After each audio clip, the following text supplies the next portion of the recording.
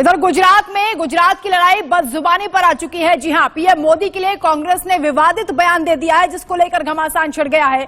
PM Modi के लिए कांग्रेस की ओर से यह बयान मधुसूदन मिस्त्री ने दिया है। पीएम को औकात दिखाने की बात कही है। चुनाव से पहले टूटती है भाषा की मर्यादा, ये लगातार हम देख रहे हैं। चुनाव दर चुनाव कांग्रेस के नेता इस तरीके का बयान देते हैं। नरेंद्र मोदी को उनकी औकात दिखाएंगे, मधुसूदन मिस्त्री की ओर से कहा गया है। मणिशंकर अय्यर ने इससे पहले 2017 में जो बयान दिया था, उसके बाद लगातार किस तरीके से चुनावी नतीजे सामने आए थे, वो भी कांग्रेस को झेलना पड़ा था। और अब ये दूसरा बयान सामने आया है प्रधानमंत्री मोदी को लेकर मधुसूदन मिस्त्री की ओर से। इस पर भी अब सियासी बवाल देखा जा रहा है। बीजेपी लगातार घेर रही है कांग्रेस को और सवाल पूछा जा रहा है कि आखिर प्रधानमंत्री के लिए इस तरह के अपशब्दों का इस्तेमाल क्यों किया गया है। गुजरात चुनाव से ठीक पहले मधुसूदन मिस्त्री के ये बोल बिगड़े हैं प्रधानमंत्री नरेंद्र मोदी को लेकर। ये उन्होंने विवादित टिप्पणी की है, विवादित बयान दिया है। घोषणा पत्र जारी किया जा रहा था, वादों का पिटारा लेकर बैठे थे, लेकिन इस बीच पीएम मोदी के लिए औकात दिखाने की बात कह दी गई। एक तरफ कांग्रेस ने घोषणा पत्र जारी कर जनता को लुभाने की कोशिश की है, तो वहीं उन्हीं के नेता मधुसूदन मिस्त्री ने पीएम मोदी पर विवादित टिप्पणी करके पार्टी की मुश्किलों को बढ़ा दिया है। कांग्रेस के वरिष्ठ नेता मधुसूदन मिस्त्री ने प्रधानमंत्री के लिए अपशब्दों का इस्तेमाल किया है। इसके बाद कांग्रेस चौतरफा घिर गई है। वहीं मधुसूदन मिस्त्री ने यह भी कह दिया कि मोदी कभी पटेल नहीं बन सकते। इसी से जुड़ी एक और बड़ी खबर आपको बता दें, बीजेपी नेता शहजाद पूनावाला ने इस टिप्पणी पर आपत्ति जताई है। मधुसूदन मिस्त्री के बयान पर पूनावाला ने बयान दिया। उन्होंने कहा कि चुनाव के समय में कांग्रेस मर्यादा भूल जाती है, इस कदर अहंकार में चूर हो जाते हैं। मणिशंकर अय्यर ने कहा कि तू चाय बेच।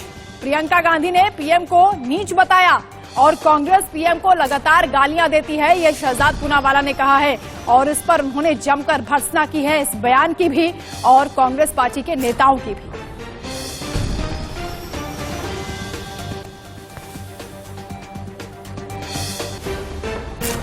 ने कहा कि नरेंद्र मोदी को उनकी औकात दिखा देंगे। जो गुजरात 27 वर्षों से कांग्रेस को उसकी औकात दिखाता आ रहा है, उसके बेटे को औकात दिखाने की बात करना गुजरातियों का अपमान है। लेकिन सवाल ये उठता है कि कांग्रेस पार्टी नरेंद्र मोदी जी को गाली देना बंद कब करेगी। और इसी पर ज्यादा अपडेट के साथ हमारे साथ जतिन रावल जुड़ रहे हैं और साथ ही अजीत श्रीवास्तव हमारे साथ जुड़े हुए हैं। सबसे पहले जतिन, आपका रुख करते हुए, ये जो विवादित बयान दिया गया है, इसे क्या समझा जाए? कांग्रेस के लिए मुश्किलें जाहिर है कि बढ़ेंगी, बीजेपी लगातार हमलावर है।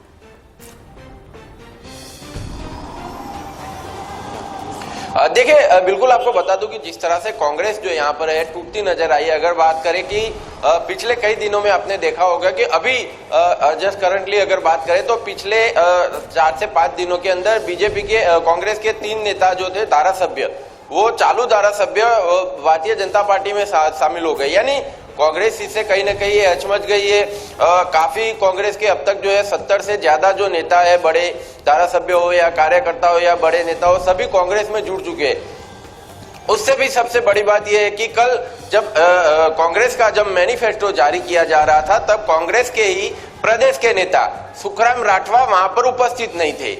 और उससे पहले भी बातें चली थी कि सुखराम राठवा जो है भारतीय जनता पार्टी में शामिल हो रहे हैं, लेकिन हालांकि अब तक ऑफिशियल उनका कोई स्टेटमेंट आया नहीं है। लेकिन उनकी ना होना ये बहुत बड़ा एक स्टेटमेंट है। अब उसी को लेके कांग्रेस में कई हचमच गई और जब कांग्रेस का मैनिफेस्टो जारी कर दिया गया, उसके बाद जब सवाल किया गया कि आपके मैनिफेस्टो में जो सबसे आखिरी जो मैनिफेस्टो का जो लिस्ट है, उसमें लिखा हुआ है कि आप मोटेरा स्टेडियम का नाम बदलकर जो है, जो मोटेरा स्टेडियम का जो नरेंद्र मोदी स्टेडियम नाम रखा गया है, उसको बदलकर फिर से सरदार पटेल कर देंगे। तब उस पर मधुसूदन मिस्त्री जी ने कहा कि ये जो सरदार पटेल स्टेडियम नाम हटाया गया और नरेंद्र मोदी स्टेडियम जो रखा गया, तो प्रधानमंत्री जी को उनकी औकात याद होनी चाहिए कि वो अभी तक जो है नरेंद्र मोदी जो है वो अभी सरदार पटेल के बराबर में नहीं हो गए हैं। तो वो अपने आप को उस हिसाब से न समझे। और साथ ही साथ उन्होंने ये भी बहुत बड़ी बात कही कि वो अपने अलावा सभी नेता, या तो कांग्रेस के हो या तो बीजेपी के भी हो, वो सभी को अपने से बड़े जो नेता है, सभी अपने के अलावा जो भी नेता है, सबको वो बौना समझते हैं। ऐसा भी उन्होंने एक स्टेटमेंट में कहा था। जी ठीक है, अजीत भी हमारे साथ लगातार जुड़े हैं। अजीत, कम से कम प्रधानमंत्री पद की गरिमा का ख्याल रखना चाहिए था। गुजरात की जनता क्योंकि प्रधानमंत्री मोदी को किस तरीके से मानती है, उनकी भावनाओं को कम से कम ख्याल रखना चाहिए था।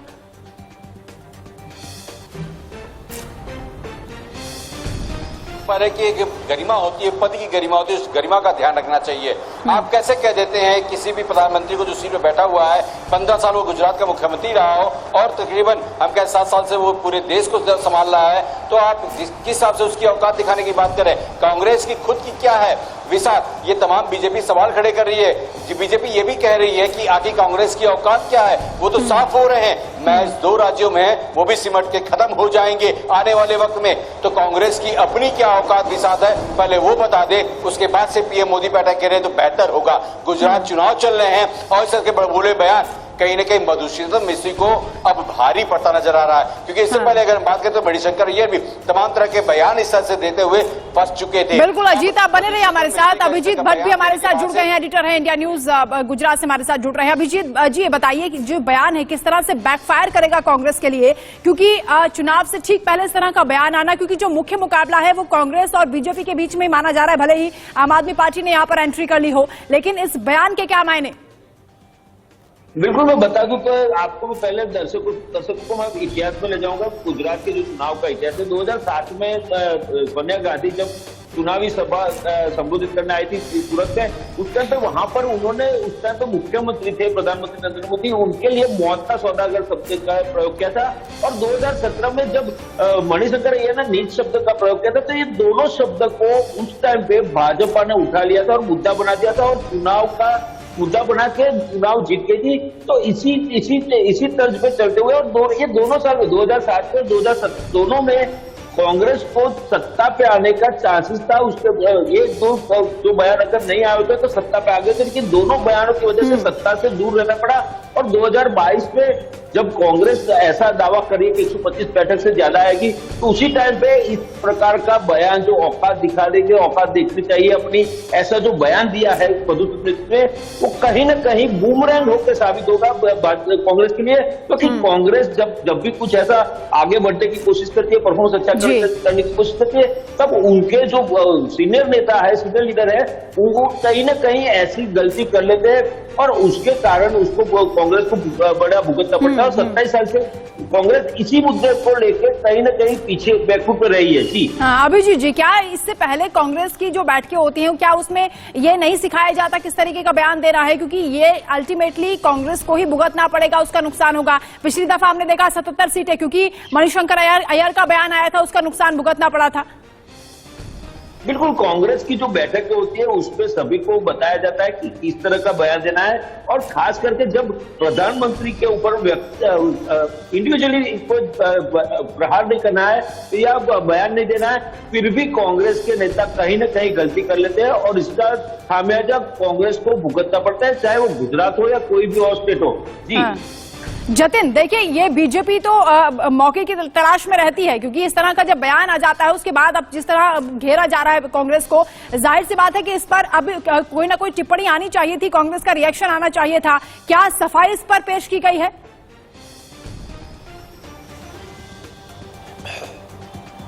देखिए, वो तो कल ही आ गई थी। कल बीजेपी को जो राष्ट्रीय जो प्रवक्ता है सुधांशु त्रिवेदी जी, वो यहीं पर उपस्थित थे, गुजरात में ही थे और अहमदाबाद में ही थे। तो उन्होंने जैसे ही ये टिप्पणी, ये जो मैनिफेस्टो जो कांग्रेस की जो प्रेस थी वो खत्म हुई, तो तुरंत उसके आधे घंटे बाद ही उनकी प्रेस थी और उन्होंने जतिन, बीजेपी की ओर से पलटवार तो हम लगातार देख रहे हैं, तमाम जो दिग्गज हैं वो कांग्रेस को घेर रहे हैं। मेरा कहना है कि कांग्रेस की ओर से क्या इस पर कोई सफाई आई है? क्या मधुसूदन मिस्त्री ने इस पर कुछ कहा है?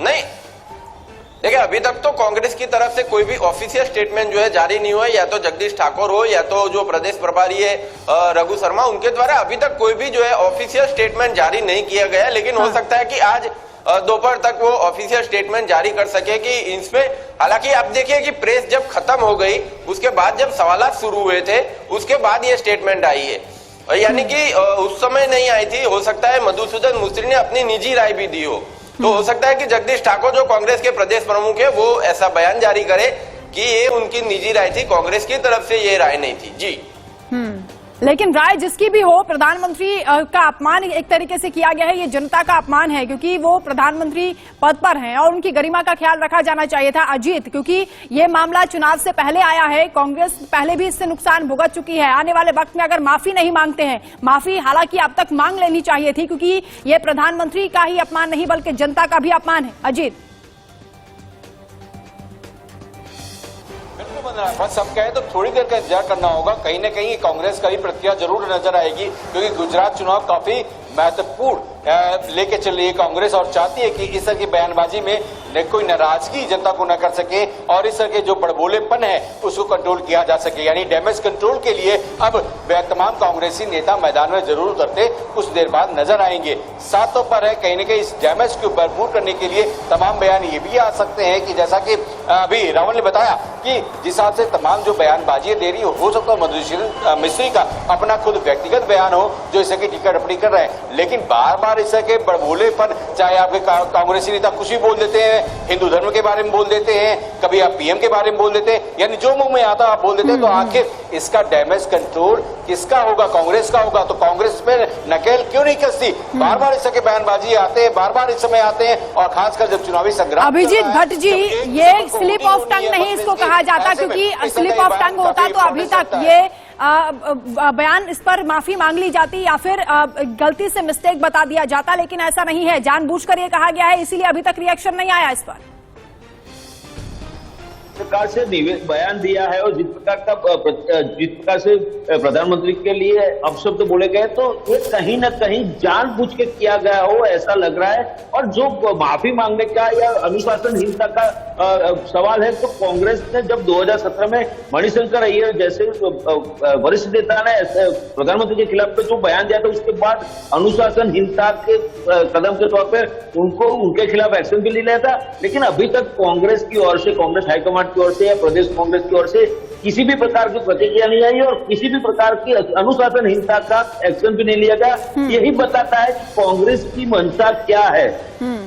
अभिजीत जी, इसमें कहीं ना कहीं अहंकार झलकता है। जिस तरह से औकात दिखाने की बात कही जाती है, वो भी इतने सर्वोच्च पद पर आसीन एक व्यक्ति के लिए, इसका मतलब है कि कहीं ना कहीं जो अहंकार है वो कांग्रेस में बढ़ता जा रहा है। कांग्रेस की सीनियर लीडर है, कोई आम कार्यकर्ता नहीं है। अभिजीत जी जी बिल्कुल, जिस तरह से मधुसूदन मिस्त्री का ये बयान है वो कहीं कहीं ऐसा लग रहा है कि उनका अहंकार बोल रहा है, क्योंकि काफी सालों से कांग्रेस के साथ जुड़े हुए, हालांकि पहले शंकर सिंह वाघेला के साथ जुड़े थे, शंकर सिंह वाघेला कांग्रेस के ज्वाइन किए तो उनके साथ कांग्रेस में आए, लेकिन कांग्रेस के दिग्गज नेताओं में और कद्दावर आदिवासी नेता के तौर पर उनकी गिनती की जाती है। तो उनको जो तवज्जुह दिया गया कांग्रेस में, उसको लेके कहीं ना कहीं, और खास करके जो प्रदेश कांग्रेस के अध्यक्ष पद का चुनाव था, उसकी जो समिति थी उसके अध्यक्ष बनाए गए थे, उसको लेकर कहीं ना कहीं उनके मन में या उनके दिल में कहीं ना कहीं अहंकार बढ़ गया हो ऐसा लग रहा है। क्योंकि इतनी बड़ी पद पे बैठे हुए व्यक्ति की गरिमा को ठेस पहुंचाए ऐसा बयान देना एक सरासर नाइंसाफी और सरासर जनता का अपमान है। देश का तो अपमान है, जनता का अपमान है, गुजरात का भी अपमान है। तो गुजरात की जनता, अभिजीत जी, क्या ये ट्रेंड बन चुका है, क्या ये फैशन बन चुका है कि जो सर्वोच्च पद पर लोग हैं उनका अपमान किया जाए? चाहे ममता सरकार के मंत्री ने राष्ट्रपति का अपमान किया हो, यहाँ कांग्रेस के नेता प्रधानमंत्री का अपमान कर रहे हैं। ये किस तरह की सियासत हो रही है, किस तरह की राजनीति है? बिल्कुल, जिस तरह से जो राजनीति अभी चल रही है वो कहीं ना कहीं गंदी राजनीति चल रही है। एक दूसरे ऊपर गाली गलौज करना, बड़े पद पे बैठे लोगों के अपमान करना, उनके खिलाफ आपत्तिजनक शब्द का प्रयोग करना, ये कहीं ना कहीं जो राजनीति है वो राजनीति नहीं है, लेकिन गंदी राजनीति की तरफ देश जा रहा हो ऐसा लग रहा है। क्योंकि जिस तरह से टीएमसी के नेता ने आपत्तिजनक बयान दिया है, मधुसूदन मिस्त्री का बयान देख लीजिए, उससे पहले गोपाल इटालिया का जो प्रधानमंत्री के खिलाफ और या उनकी माताजी के खिलाफ है या हिंदू धर्म के खिलाफ है, जिस तरह का बयान आ रहे थे वो कहीं ना कहीं अपनी राजनीति को आगे बढ़ाने का या अपनी पार्टी को सत्ता पे ले जाने के शॉर्टकट के मान के ये पार्टियां और ये नेता है ऐसा बयान दे रहे हो ऐसा लग रहा है। जी बिल्कुल अभिजीत जी, ये जो बयान आया है इससे साफ हो जाता है कि राजनीति का स्तर कितना नीचे जा चुका है। इस पर माफी जल्द से जल्द मांग लेनी चाहिए। हालांकि नुकसान इसका भुगतना पड़ेगा आने वाले वक्त में, क्योंकि लोगों की नाराजगी भी साफ देखी जा रही है और बीजेपी भी लगातार घेर रही है। शुक्रिया अभिजीत जी आपका, जतिन और अजीत आपका भी, तमाम बातचीत के लिए, तमाम जानकारी के लिए।